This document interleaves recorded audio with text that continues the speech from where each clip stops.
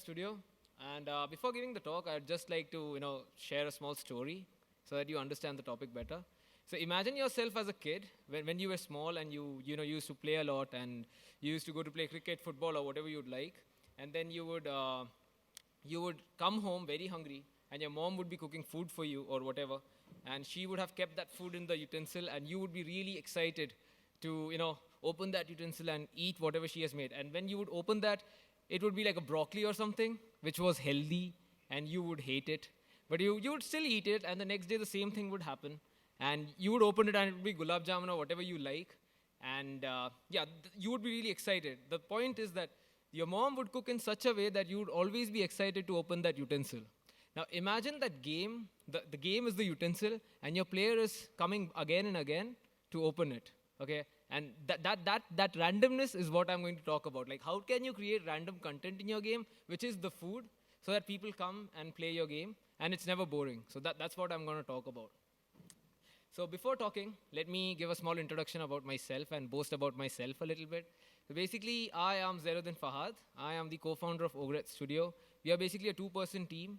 My partner, his name is Neeraj Kumar. He does all the coding. I do all the art, design, and business. And that's pretty much it. And we make games. Yeah, we do. And we have a game which is being showcased outside if you ever get the time to play. So my topic is going to be randomness in game design. And that's what I'm going to blabber about for the next 20 minutes of my time. So does anyone know what is random? The word random. Does anyone know what it is? Anyone? Anyone? I'm not going to eat. I'm just a 5'5" height wala guy. I can't. That is not random. That is a purpose, actually. That is not randomness. That the purpose was like, I didn't know that the time was like that and all the situation. So actually nothing is random. Everything happens for a reason. It's been said in the Bollywood movies also. Like, jo bhi hota hai, achhe ke liye hota hai, and stuff like that. So actually nothing is random. Everything is procedural. So whenever someone says, my game is randomly generated, which I do, he's talking bullshit. It's actually procedurally generated, and there is a rule towards whatever he's doing, like the design is working upon. So never a game is random, okay? A game can't be random, and if it is random, then it is basically gambling, which again is not random in casinos. They actually rig it. So everything is procedural. And what is procedural? Does anyone know this term, procedural? What?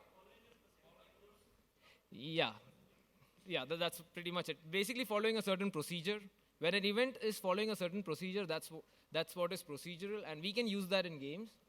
So before integrating all these, all these techniques that I talked about, let's just speak a little bit about the design. So these are the 3 awesome words that I came up with for game design. It's my innovation, okay?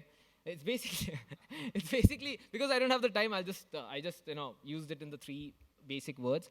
So every game, I think, should have these 3 features, and every good game has it already. It has risk, it has reward, and refresh. So risk is basically when the player is taking some risk, you get that adrenaline in your game. I can't still say that word, adrenaline. Okay, yeah, adrenaline in that game, the rush of energy that you get. So imagine you're playing NFS or Burnout, and you go to very close to the car, and when you miss, when you do that evasion thing, you get the near miss bonus. Or in FIFA, you try the long shot and you know that 75% of the time it does not go. And some randomly it goes inside and you feel a certain reward that you get. That's when that risk is rewarded. And all games should have that thing, and it does have if you play CS, when you guys play CS? Yeah, so when you score that headshot, you know that it's a risky thing that you're aiming for the head, which is 1 pixel. But when you get rewarded, you feel really good. And if you've played CS, once the round ends, you again go to the same buy screen, which is again refreshing the game. So you can't always have in a Bollywood movie where everything is super, high frequency thing, which is hitting your head, which is why it is so boring. It should always refresh again. So in CS, when you go back, every round ends, you again go to the buy screen, the pacing goes up, you shoot, everyone dies, you come back. So, that's what refreshes. And these 3 things are, I think, the key to any good game design. Obviously, there is more, which I have not put inside, but these 3 are summarizing all of it. So now let's cook the randomly generated level that we were speaking about using all these techniques. So imagine okay, it's an RPG game, and these are the types of room in your game. So you have spawn room, you have enemy room, you have special room. So spawn room is basically where you will spawn. Okay, that's where your player will spawn. Everyone understands the term spawn, right? Yeah, the spawn point, where you generate. And enemy room is basically where the enemy is going to spawn. Special is basically, where you get special items and stuff like that. So a bonus is, again, like a super legendary drop, which will happen. So you know, if you play Diablo or something like that, when a legendary item drops, that's when we call it like a legendary loot or something like that. And items it's basically a common item that you will reward a player. So as you see, we are adding actually risk, reward, and refresh in these, tile sets. And then you have the exit room where the player has to go to exit it. So, obviously, when you're making a randomly generated level or something like that, you already need these, key components in your level design to do it. So imagine now I have now taken all these chunks and randomly generated it without any rules or regulations. What will happen? There is a high chance of spawn, then exit, then enemy, then boss. Now, can anyone tell me like what is wrong with this thing? What will happen if this happens? Yeah, exactly. So this is what happens when it's like khichdi ban jata hai. Okay, and this is what will happen. Like the player will directly go to the exit. He'll go to the second floor and die horribly, and he'll blame you for it, which is very obvious. Or else he'll go to the boss and die horribly, and he will blame you, and you will get 1 star in your game or whatever. So this is another horrible way of using randomly generated level. Like if you just use random, like just dice roll it, and then this will happen. Like what will happen is you'll get spawn and then you'll get boss. And then you will be showered with emails saying that your game sucks, which is not always good. So what will we do? We'll use procedural. And this is procedural generated level. So here, I have told Neeraj, my coder, or whatever, whoever oh, was I speaking like, could you hear me before? Yeah, okay. So this is what procedural generated level looks like. Here, I have, since I can't code, I'm too illiterate for it. I tell Neeraj to make sure that the boss room never spawns besides the spawn room, or the exit room does not spawn besides the spawn room. So I've given certain algorithm or procedure to it. Now, this seems easy, but trust me, when you do it, this is like a little tricky thing, and I can't explain all the nooks and tricks of it, but you get the point of procedural and generation and randomly generated thing. This is another really good procedural generation where you give an item to the player as soon as he starts the game, so that he really feels excited, and then he tries that in an enemy room. He gets a nice special room where you can put random events. Then he gets boss, and then he goes into exit, and he has a risk thing where he can go to the enemy room at the end, or else he can directly go to the second room. So that's upon him. He'll level up. So this is how we can randomly procedurally generated level. Sorry. So now. So I just skipped something in between. So if you think that your coin toss is random, it is not random actually. It's just because you can't realize what is happening, you're calling it random. Or a dice roll. If you could explain the physics and the, the velocity or whatever the mumbo jumbo of the rolling of the coin is, then you could actually predict what would happen to that coin, what would be the answer. And scientists have actually made a robot, the engineers or the brainy guys, they have actually figured out a way to, a robot, they have invented a robot which can predict the coin toss before actually the coin coming on the floor. The same thing with the dice roll. You may think that you're rolling the dice and it's all going to be random. That's not the case. If you understand the curvature of the dice and all the nooks and crannies of that object, you can actually figure out a way to find the answer. So even though you say that it's randomly generated, it is not. So that's what my point is. Now let's look at the examples that already awesome games have used. And does anyone know who this is? Okay, you said Diablo. No one. This is basically Diablo, and he's one of the best bosses in the world. And this is Diablo's loot screen. So, okay, I actually thought I could move towards that thing, but I can't. It kind of looks complicated, but what Diablo does well is imagine they have a sword, which is a steel sword. Now what they'll do is they'll take a suffix and a prefix for a word. So imagine it's a rusted is a prefix, and sword of awesomeness is the prefix, and suffix. So what will they do is they will dice roll this prefix and suffix. So it would be like rusted blade of awesomeness. So then depending on that, they will add the stats to the sword. So your one sword can be 100 sword actually. And when I play the game, I get super awesome sword of awesomeness, which will have 10 stats. And when my friend plays, he'll have rusted swords of Amresh Puri, So that will be like a horrible, something like that. You understand my point. So that's how they do all the stat things.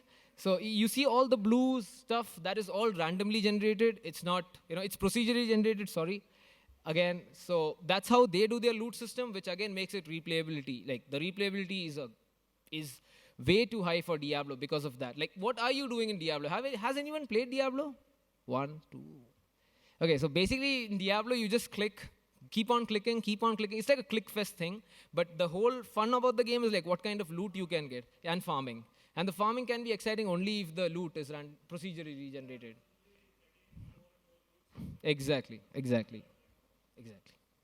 So that's how Diablo did it, basically. Has anyone played this game? Yes. Oh my god. Okay, Binding of Isaac. This was made by Edmund Macmillan, one of the best game designers in the world. Have you played Super Meat Boy? So the guy who made Super Meat Boy, who likes a lot of poop in this game, this is the same guy. He loves poop for some reason, and this game has a lot of poop in it. Even Super Meat Boy has it if you can find it properly. Anyways, that was like off topic. But yeah, so this is Binding of Isaac. Basically, have you heard about Isaac's story from Hebrew? The sacrifice that Isaac does. No, Isaac is a kid who was God asks his father to sacrifice him so that just for the heck of it, like let's say. And in this game, basically what happens is the mother the mother has to do it, and the Isaac runs away, and now Isaac has to kill his mother. That's the game all about. And so the kid runs inside the cellar, and the cellar is procedurally generated every time you play the game. When you die, it starts from the very beginning, and this is the amount of enemies it has. It has like amazing looking enemies. Like you can see, it has like all kinds of guts. What a kid would imagine, it has all of it inside it. And the weapon of the kid is actually tears. So he shoots tears because he's crying, because his mother is going to kill him. It's an amazing game, you should check it out. And these are the items. Now it's kind of like pretty, this is the poop.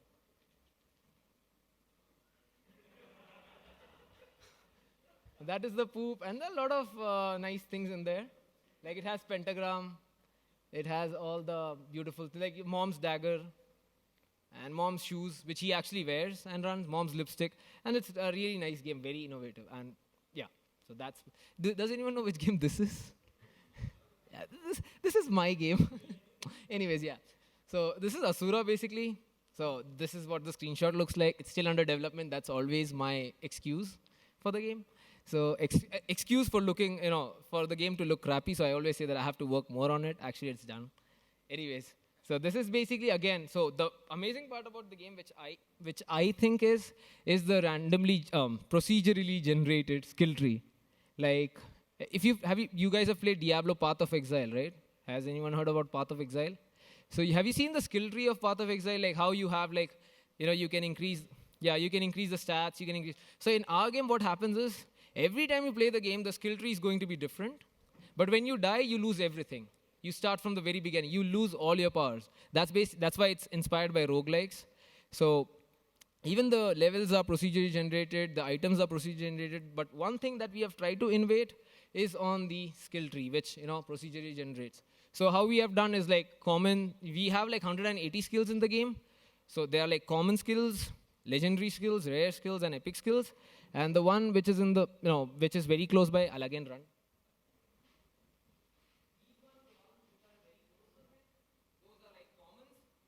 As you go far, the rarity increases, and that's how we have made the pool. So you should check out the game instead of me blabbering. If you have time, you can come and play. So how many people over here make games on mobile? Yeah, everyone. So it makes sense. So now how can you add these things in mobile? It's very difficult, right? But it's actually not. People games like Subway Surfer actually has procedurally generated levels. The obstacles that come in are procedurally generated. That's why whenever we make a clone of Subway Surfer, it's not that good because they have figured out a very nice algorithm to it. So when you make a clone of it, it does not work that well because you have just randomly generated it, not procedurally generated it. So try doing it in a procedurally generated way, and it would be much more awesome. That's what I think. And you can use it in rewards. For example, even if your game has a linear gameplay, like it's a story-based game, narrative-based game, or anything, but at the end, if you can give some kind of chest, some kind of key. Sorry, when I say key, not the ones that Subway Surfer or all the other ones give. For example, like you have 10 key models, but again, like I said, if you could use prefix or suffix like awesomeness or something like that. What time is over? So yeah, so that's how you can use it in rewards or extra modes. Like for example, like which game can I put over here? Yeah, bonus level, something like even if your game has like a linear gameplay. For example, it's a hack and slash and it has a linear gameplay for the rest of the thing. But if you can have a mode like a horde mode where enemies waves keeps on coming and it's procedure generated, then that can also work. So you can use it in extra modes too. Yeah, the good, bad, the ugly, the pros and cons of using this. The awesome thing about using this is you have a lot of content in your stuff. You have a lot of replayability.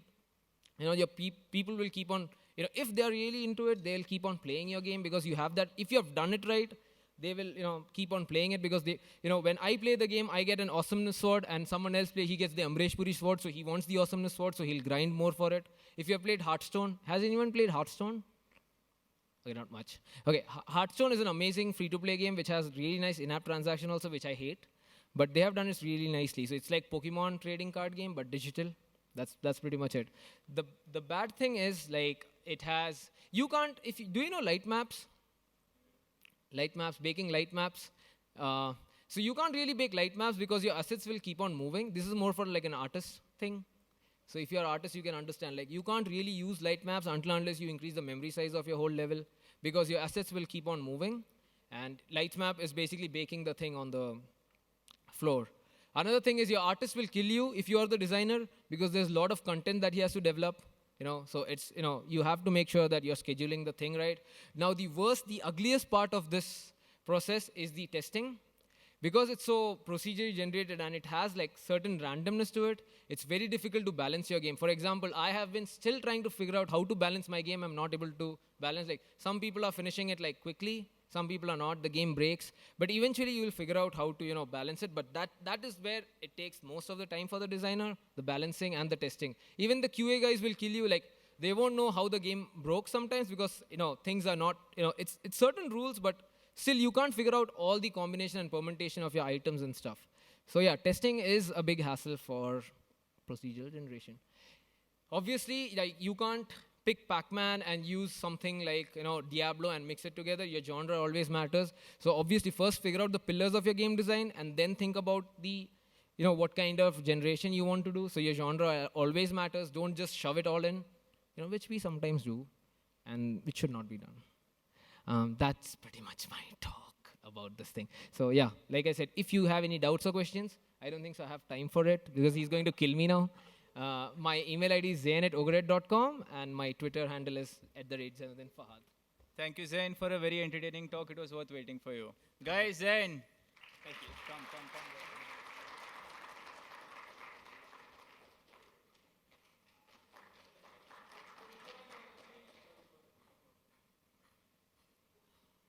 Thank you.